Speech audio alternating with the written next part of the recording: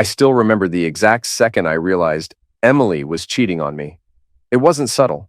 There were no secrets whispered behind locked doors, no suspicious text messages discovered at 3 in the morning. No, she went about it like she wanted me to know, like she needed me to see. We were at her company's annual work party, some fancy event at a downtown hotel ballroom. The place was decked out in gold and black streamers, with champagne glasses clinking and corporate elites half pretending to enjoy themselves. The tension in the air was always typical at these events, a mixture of forced smiles and a lot of back-patting. I'd come along because Emily insisted. I never liked those functions, but she always said it was good optics for her to show up with her husband. If only I'd known what she was planning. From the moment we walked in, I felt a shift. Something was just off. Emily spent the entire cab ride fiddling with her phone, ignoring small talk, ignoring me. Then we stepped into that ballroom, and she instantly lit up, smiling in a way she never did at home anymore. She'd gotten distant over the last few months. Lots of late nights, work trips, and a constant swirl of secrecy around her phone. But I never had proof. I just had a gut feeling that kept me up at night.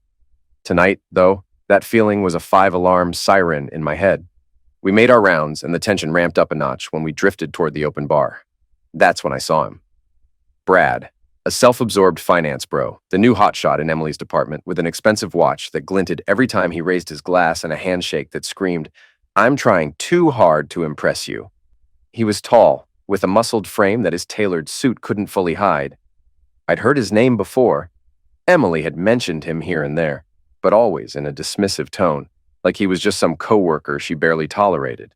In reality, the way she walked up to him, that smile crossing her face, well, that told me everything. He turned toward her, and his eyes swept over her body in a way that made my fists clench. She leaned in, laughed, touched his arm, just like that. Then, right when I was starting to step forward, she motioned to me with a casual wave of her hand. The moment was awkward, like she'd forgotten she had a husband, or maybe she just didn't care. "Hey, babe," she said, spinning around, hooking her arm through mine. "This is Brad. You know, the guy I told you about, the MMA fanatic?" Brad smirked and offered his hand. "Good to meet you, man," he said. "Emily tells me you're into boxing or something. Maybe we can compare notes." The challenge in his voice was obvious. The way he looked me over, the way his lips curved into a smug smile, all of it practically screamed I've already won. Her nails dug into his sleeve a little too intimately. I noticed, and so did everyone else in our circle. I tried to suppress my anger, tried to act clueless, but it must have shown in my eyes. Brad grinned, refusing to let go of that cocky expression. Emily kept her hand on him, and when she smiled, it was sharper than I'd ever seen. "Oh, babe, don't be shy," she teased, tossing her hair over one shoulder. "Brad's really good at MMA. You guys could be like sparring buddies." "Right, Brad?" He chuckled, putting his drink down on a nearby table. A few of Emily's coworkers, sensing a show, slowly inched closer. "That's not a bad idea," he said, "but I gotta admit, I like a challenge.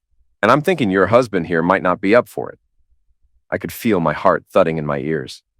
"You want to find out the hard way?" I asked, forcing a calmness into my voice that I didn't feel. He took off his suit jacket and rolled up his sleeves, revealing corded forearms. "Let's see if that boxing of yours is worth a damn." It happened quickly. People started murmuring and forming a loose circle. Emily stepped back, sliding against the crowd, a sly smile on her face.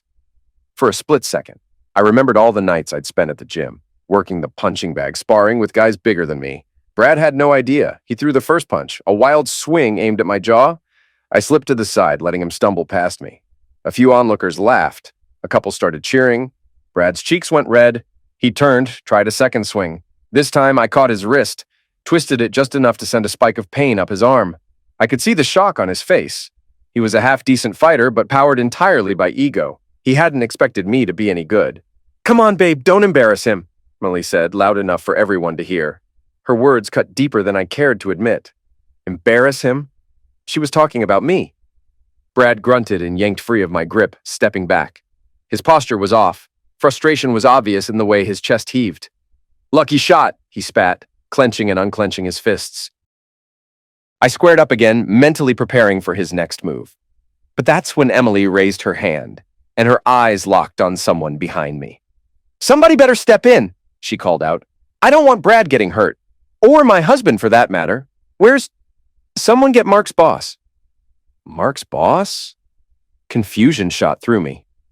I worked at a different company, but my direct manager, Richard, was well known in local business circles, so apparently he'd ended up at this big corporate party too. I guess Emily had known that. Maybe she planned it.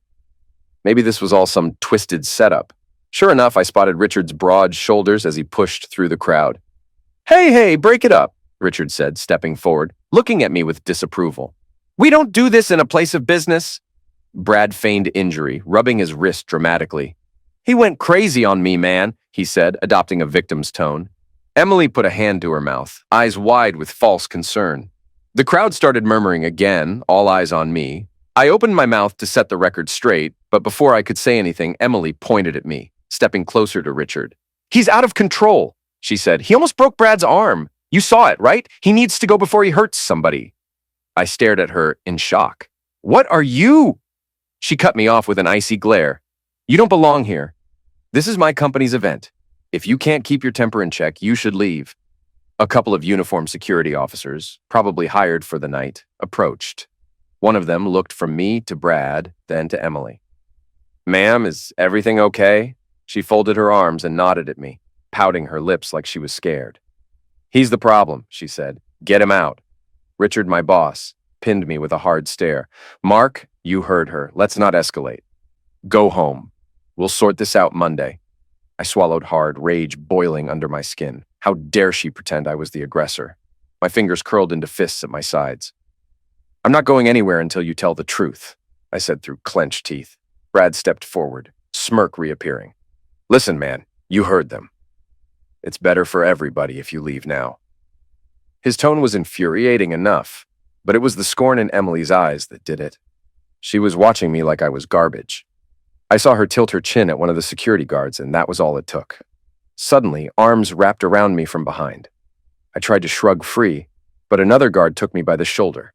The crowd parted as they started dragging me away. Their grips were rough, twisting my arms up behind my back.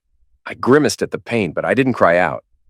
You think you can throw me out? I snarled at the closest guard. I tried to jerk free, adrenaline spiking, but they were big guys, and they handled me like an unruly drunk. The next thing I knew, I was shoved forward.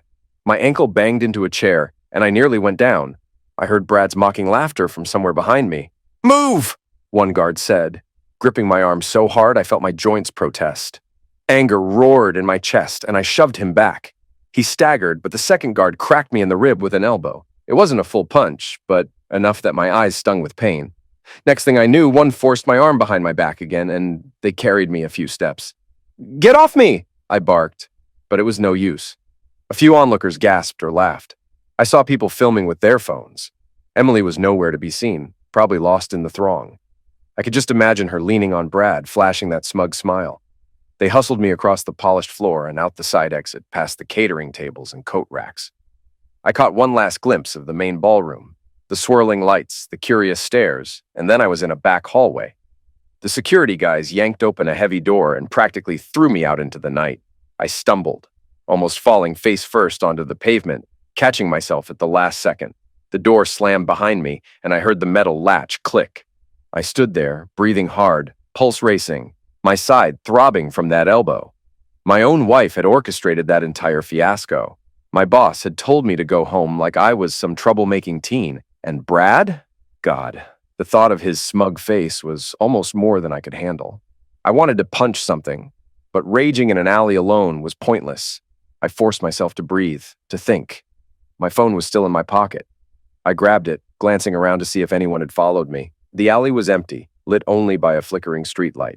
I tapped the phone's screen, hands shaking a bit, and stared at my reflection in the blackness. My lip was split from some earlier scuffle, maybe when I bumped the guard's elbow. Great. I exhaled and turned away from the building, adrenaline still making my heart pound. My own wife, my own freaking wife. I got into my car and sped off, ignoring the traffic lights until the last second. I had no intention of going back inside or waiting for her. She'd humiliated me. Worse, she'd turned the narrative around to make me look like an unstable idiot who couldn't control his temper. She wanted me gone, fine, but this was far from over. I barely slept that night. My mind replayed the moment Emily touched Brad's arm, the way she clung to him in front of everyone, the triumphant twist to her lips, the The memory was acid in my veins. I had to figure out how long this had been going on, but deep down, I already knew it wasn't some one-time thing. The way she set it all up, the way she'd been acting for months, this was way bigger. When the first rays of sunlight pushed through the bedroom curtains, I was already dressed, sitting at the kitchen table with a cup of coffee I barely tasted. Emily hadn't come home, or if she had, she'd slept in the guest room. The house was silent. I turned my phone over and over in my hands, thinking.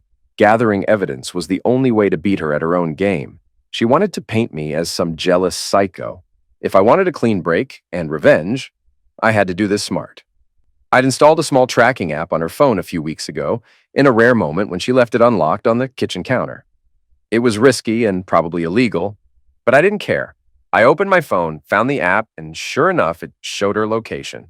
She wasn't even in the house.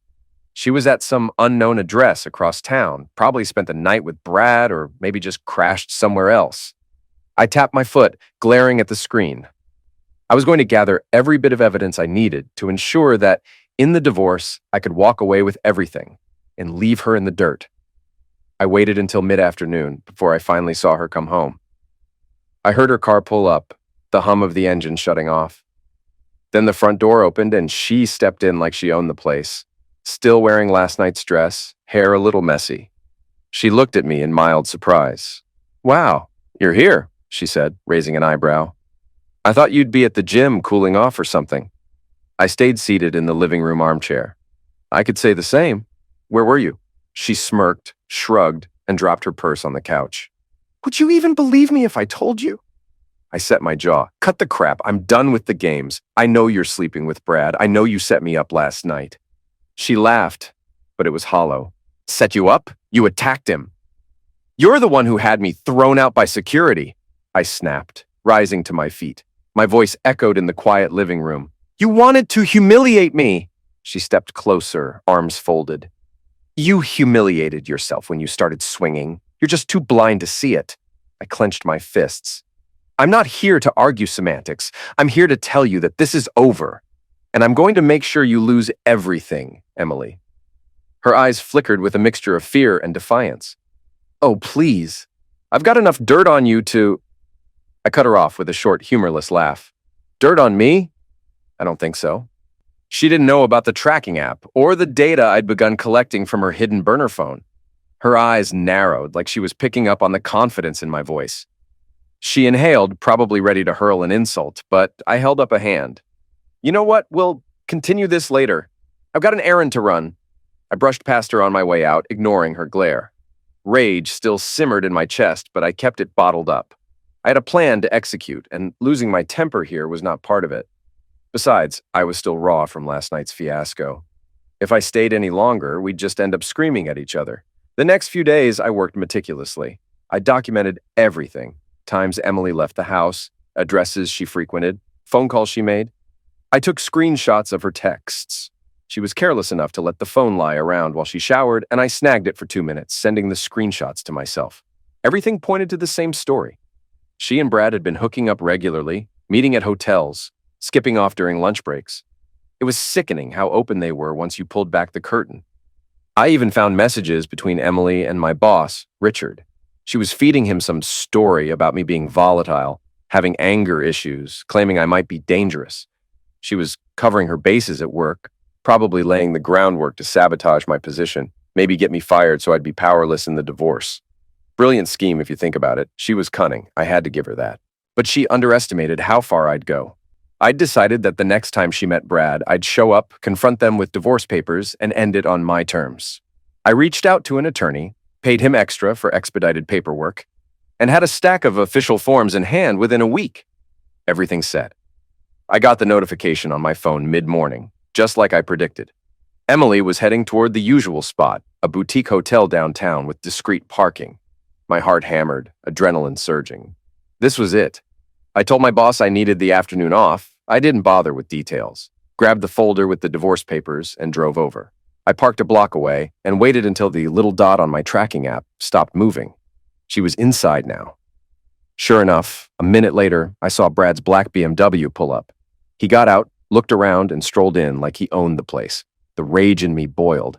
I let them both get settled, then headed across the street. At the hotel's front desk, the bored-looking clerk gave me a second glance. I considered bribing her for a room number, but I caught a glimpse of the elevator panel lighting up as some tourist pressed the call button. On a hunch, I followed him onto the elevator, then hopped out on the third floor, wandering the halls quietly. Sure enough, at the far end of the corridor, I spotted Brad stepping out of a corner suite. He didn't see me. He was too busy texting on his phone, probably telling Emily he was there. My heart thumped. I ducked behind a service cart. Brad knocked on a room door. Emily cracked it open. The next moment, he slipped in, and the door shut. I clenched my teeth. This was it. No more illusions. I walked briskly down the hallway, ignoring the pounding in my head. The door read 312. I raised a fist and hammered it 3 times, the sound echoing off the walls. I heard muffled voices inside. Then Emily's voice. "Who is it?" I said nothing. I just waited. The door opened a crack, and I shoved it the rest of the way open.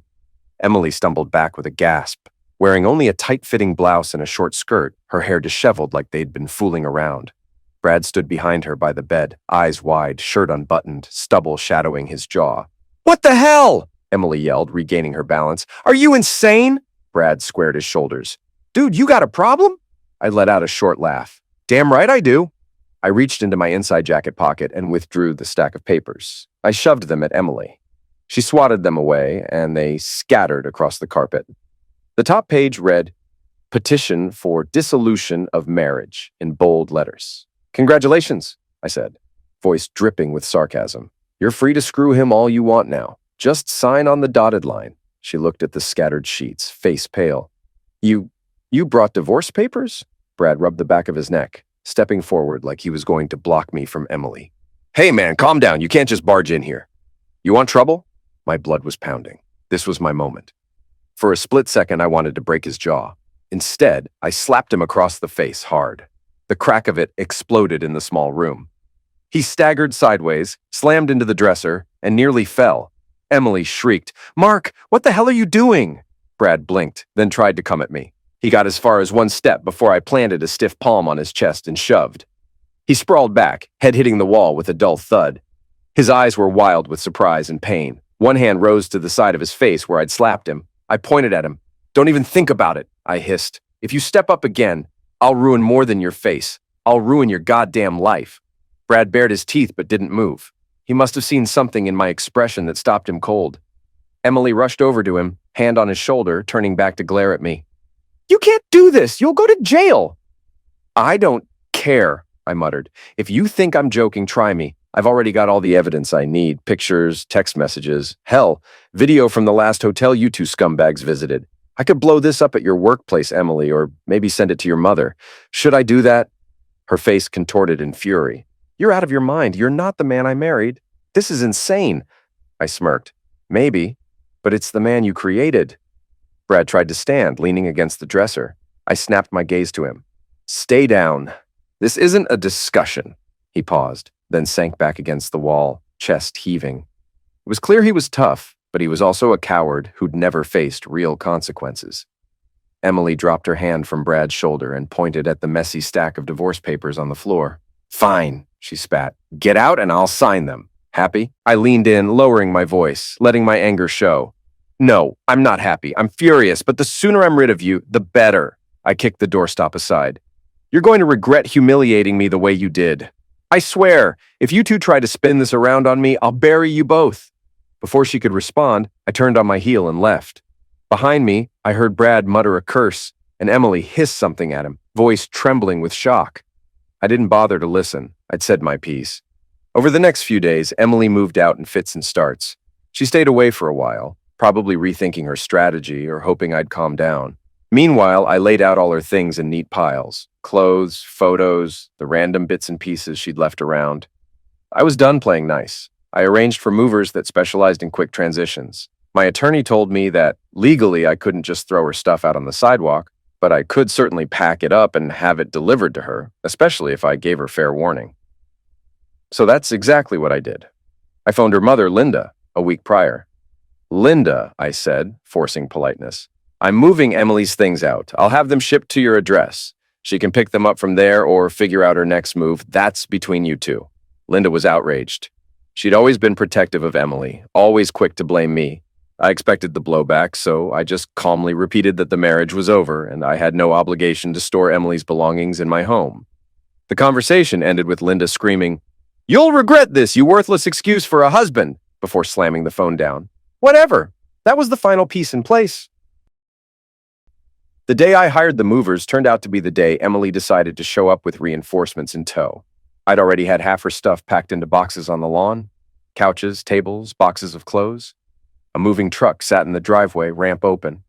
Two guys were hauling out a dresser. I was on the porch, watching them work, making sure everything went according to plan, when I heard a car screech to a halt out front. It was Emily's sedan. She practically jumped out of the driver's seat. Her mother, Linda, flung open the passenger door, and climbing out of the back seat was none other than my boss, Richard. Yes, the same one who got security to throw me out of that party. A sick sense of amusement flickered through me as I watched them march up my front walk, expressions ranging from furious to disapproving. "What the hell is this?" Emily demanded, gesturing at the boxes. "You're tossing my belongings outside like trash?" I folded my arms. "No, I'm sending them to a new address, as we agreed." "We never agreed to this," Linda hissed. "You can't do this to my daughter!" She stomped up onto the porch, nearly bumping into me. "Show some respect, you degenerate." Richard stepped forward, adjusting the collar of his dress shirt. "Mark, let's handle this civilly. You don't need to cause a scene. Emily told me everything you've done, how you attacked Brad, how you've been threatening her. This is unacceptable." I laughed, a cold, mirthless sound. "Threatening her? She's lucky I haven't pressed charges for adultery and defamation. As for you, Richard, you want to talk about unacceptable? You humiliated me in front of half the city, calling security on me like I was some drunken idiot," he bristled. "You're the one who was fighting. You're the one who can't control his temper," Emily chimed in, her voice trembling with rage. "You're still the same old hothead. This is exactly why we're done. If you could just be a normal human being, you cheated on me and humiliated me in front of everyone." I cut her off, my voice rising. "Don't pretend you're an innocent victim." Linda suddenly lunged forward, aiming to slap me. I caught her wrist midair. She tried to yank free, cursing under her breath. "Take your hands off my mother!" Emily shrieked. I shoved Linda back a step, not hard enough to knock her over, but enough to send a clear message. "Back off, Linda, you're on my property. I'm giving you one chance to calm down." Before Linda could respond, Richard tried to get between us. "That's enough, Mark. Don't make me call the police." I bared my teeth in a snarl, pointing a finger at him. "Call them. You're trespassing. I told Emily to come alone to pick up her junk. You and Linda have no business here." Emily looked like she wanted to claw my eyes out. "Don't you get it? Richard's here to mediate. I asked him to help sort this out. You can't just—" "I can and I have," I said, gesturing at the boxes. "I hired movers to deliver your crap to your mom's place because you sure as hell aren't staying here. That was the plan. Now get off my porch, or I'll have them load your sorry asses into the truck with your furniture." Richard stepped closer, bravado flaring in his eyes. "Stop this nonsense. You're acting like a child. You've always been a bit of a—" He never finished that sentence. I slapped him hard across the mouth. The sound was like a gunshot in the crisp afternoon air. He stumbled back, nearly losing his footing at the top of the porch steps. Emily screamed, "Oh my God!" Linda gasped, eyes bulging. "Mark, you're insane!" Richard wiped blood from his split lip, staring at it like he couldn't believe I'd struck him. "I'll have you arrested. Do you hear me? This is assault." I let out a derisive snort, stepping forward. My heart hammered, the adrenaline searing through me. "Go ahead and call. I'll tell them you and Linda forced your way onto my property after I asked you to leave. It'll be your word against mine. And the movers." I glanced behind me where the movers, wide-eyed, were hovering near the truck. "I've already told them you were trespassing, and if they back me up, that's all the cops need to hear." "You're a damn lunatic," Linda hissed. I cut her off by raising a hand. "Shut it, Linda. I'm done listening. You're the one who raised a cheat for a daughter." Then I turned to Emily. "Pack up your crap and get out. Don't come back unless it's through a lawyer." "Understood?" Emily's face contorted. "You're going to rot in hell for this," I shrugged. "Maybe so, but I'll be rotting in my own house, free of your treachery. Now get off my porch." Richard, still nursing his bleeding lip, tried to muster up some composure. "Mark, you're finished at the company. First thing tomorrow morning, I'm firing you. You hear me? You're a liability. I barked a laugh, stepping closer to him. Good luck with that, boss. I've got enough evidence of your cozy relationship with my soon-to-be ex-wife to sue you for harassment and wrongful termination. So, go ahead, try me. We'll see who's finished. Richard's face went pale. For a moment, nobody spoke. The tension was suffocating, a coil ready to snap. Then Linda grabbed Emily's arm. We're leaving. This is pointless. Emily sneered at me. Don't think for a second this is over. I'll find a way to get what I deserve. I locked eyes with her. What you deserve is in those boxes. I waved a hand at the movers who were finishing the last few loads. Now get the hell off my property. If I see any of you crossing the property line again, I'll grab my magnum and we'll see how brave you are then. Richard's voice cracked with fury. This isn't over, you piece of garbage. I'll have you blacklisted from every decent company in the city. You'll never work again. I shrugged. That's what you said last time. Do what you want. But if you set foot on my land again, I will see it as trespassing. And I can promise you I won't fight fair next time. Emily, Linda, and Richard turned away, half stumbling down the porch steps. Linda hurled one more insult over her shoulder, calling me a worthless bastard. I just stood there, arms crossed, watching them retreat to the sedan. The movers, pale-faced, continued loading the final pieces of furniture into the truck. One of them shot me a nervous glance. I nodded, letting him know it was all right. The next few minutes passed in silence as I oversaw the rest of the packing. The truck driver asked for Linda's address, which I provided. Then, as if on cue, Emily's sedan roared off down the street, Linda in the passenger seat, Richard in the back, all of them probably cursing my name, vowing revenge. I didn't care anymore. By the time the movers pulled out of the driveway, the sun was dipping behind the houses across the street. A deep calm settled over me. My porch was scattered with bits of debris, torn cardboard, some scraps of tape. I picked up a piece of bubble wrap, tossed it into the trash bin, and exhaled slowly. The house was now entirely mine. Empty, but mine.